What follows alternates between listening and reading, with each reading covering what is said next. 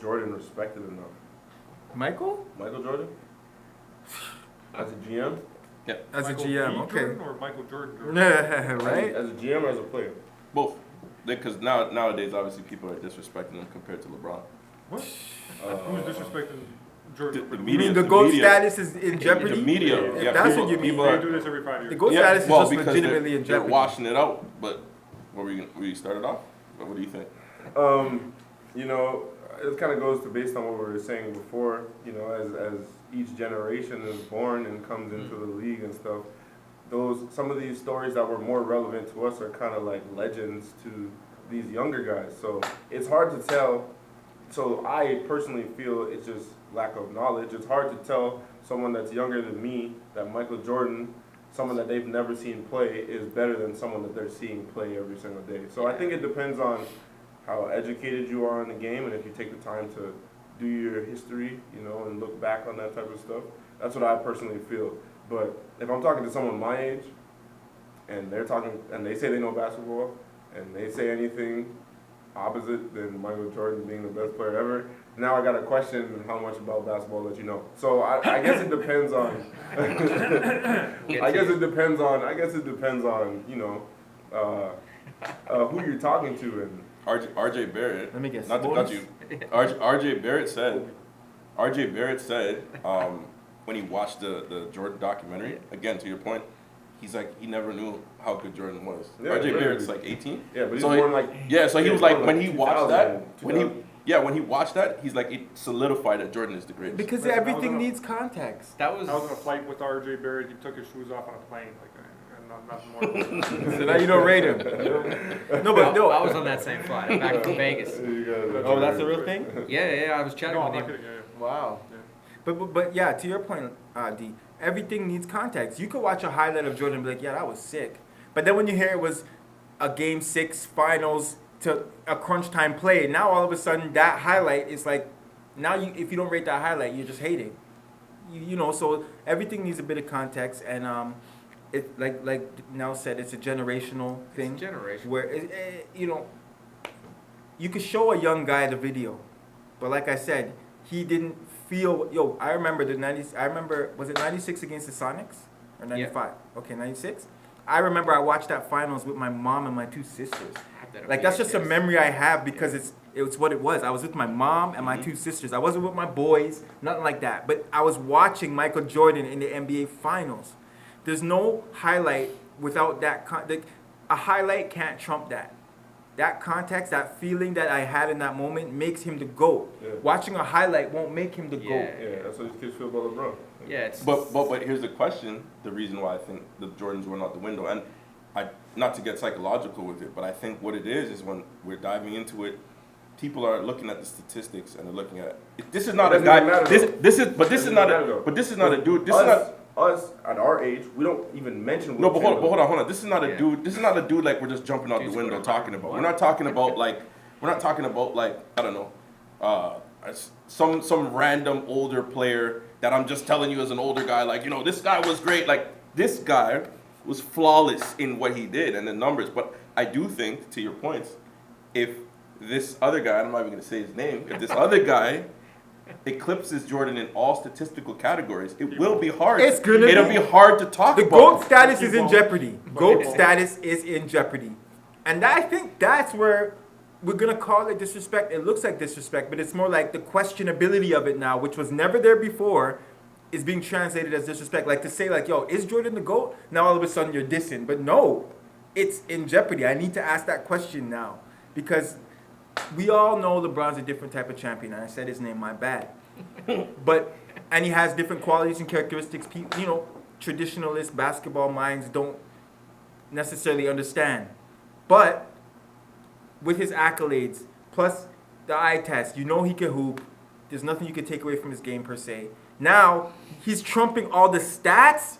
What can you take away even if you're a hater? You know, so it's hard. He's not trumping any stats though. No, he's chasing Chamberlain for most. First of all, he could potentially get most assists all time. Or no, am I tripping?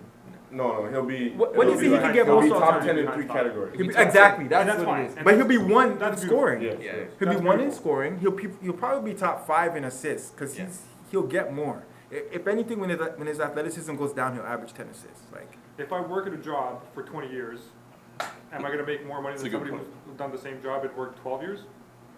I got 8 more years to make more money, so I'm going to make more money. Chances are, if we're doing the same job. Jordan was in the league for how many years? 13 altogether. 13 yeah, altogether. 13. This is Two LeBron's 20. 18, sorry. 18 season, 18. right? So that's already how many seasons more? I'm not good at math. It's true, it's 5. And it's like, I always say that. You want to look at numbers, which you kind of got me caught in a moment if we're going to talk numbers, because that's LeBron's saving grace. Numbers will be his saving grace. I remember But that coming is, off a plane, check my stats. yeah. But Yeah. guess I was what? like, That's 5 extra thumbs years. down. I would love for someone to do the math of take away the extra years LeBron has and then compare the numbers type of thing. You know? Points per game, Jordan. Jordan, For sure. Yeah, yeah. For sure. Never But- had a game 7 in the finals, Jordan. Sure, they never lost in the I think when it finals, comes to the Jordan. debate between Jordan the player and Jordan the manager, I think he gets slack for the course. managerial role because Yeah. there haven't been any successes. Yeah. As a He's lost player, respect there. to your point, I've always debated this. In my eye, Kobe. Say it Give with the- your put a- chest. Say it with your chest. Give the Kobe. ball. Let's say there was a hoop here, and we clear everything out, and you got Jordan in his prime, LeBron and Kobe in here in his prime. LeBron's walking out with his head like Yeah, like I can't do it, guys. I don't know. I don't know. Kobe and Jordan are in here Going hard Yeah. all night. Yeah, yeah. Yeah. So I think as a team basketball player, I would put LeBron right up there with Jordan and Kobe. With a basketball player, give me the ball and let's see who's better. Like look at LeBron shooting for him. Look at his handle. I agree. Oh, you're really dissecting him. Oh, You're yeah, really yeah. No, everything we all have. The world knows. Yeah, The yeah, world Look at knows. his footwork. Look at his Yeah, footwork. yeah. Like there's just not there. He travels on every second play. Oh gosh. Right, and then Kobe and Jordan, I think they're right there. Obviously, I think this is true for anything.